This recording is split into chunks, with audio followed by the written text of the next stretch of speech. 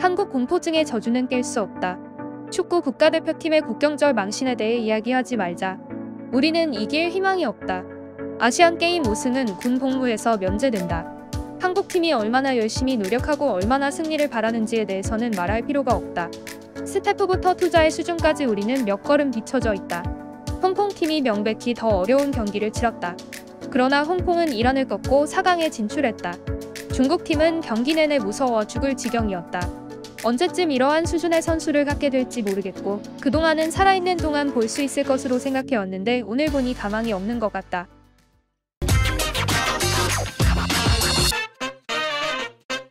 (2022) 항저우 아시안게임 남자 축구 8강전인 한국과 중국과의 대결이 끝난 후 중국 SNS 웨이보에 쏟아진 중국 축구 팬들의 탄식입니다. 중국 축구 팬들은 중국이 한 골도 못 넣고 한국에게 2대0으로 패배한 것을 국경절의 망신이라고 칭하며 비난하고 있습니다. 지난 1일 황선홍 감독의 전략하에 대한민국 대표팀은 중국이 소린 축구와 밥 한 독을 할 수 없는 악한 상황을 이겨내고 중국을 깔끔하게 이겼습니다. 한국은 2대0으로 승리를 거두며 4강에 올랐는데요. 황선홍 감독은 주축인 이강인, 정우영, 엄원상은 넣어두고 송민규, 고영준, 홍현석, 백승호, 안재준, 박규현, 박진섭, 이한범, 황재원, 골키퍼 이광현을 선발로 세웠습니다.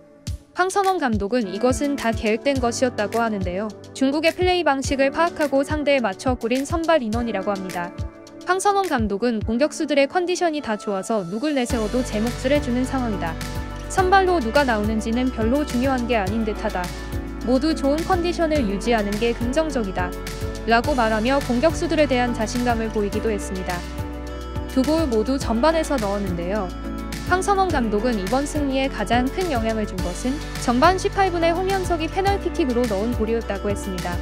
첫 골이 빨리 들어감으로 경기에 안정감이 생겼다고 해요. 홍현석은 황재원이 얻어낸 프리킥을 왼발로 깔끔하게 넣었는데요. 홍현석은 득점과 동시에 5만 명의 중국 관중들을 침묵하게 만들었고 왼손으로 슛을 하는 세리머니를 보이며 조용한 게 마치 도서관 같았다고 표현했습니다. 홍현석은 원래 프리킥을 잘 안 차는데 이날은 뭔가 차야 할 것 같아서 백승호한테 자기가 차겠다고 말했다고 해요. 홍현석 덕에 안정화된 상황 속에서 송민규가 전반 35분에 두 번째 득점에 성공했습니다.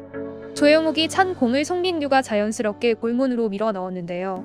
득점에 성공한 이후에도 중국이 추가 득점을 할 수 없게 방심하지 않고 경기에 임하는 모습을 보여줬습니다.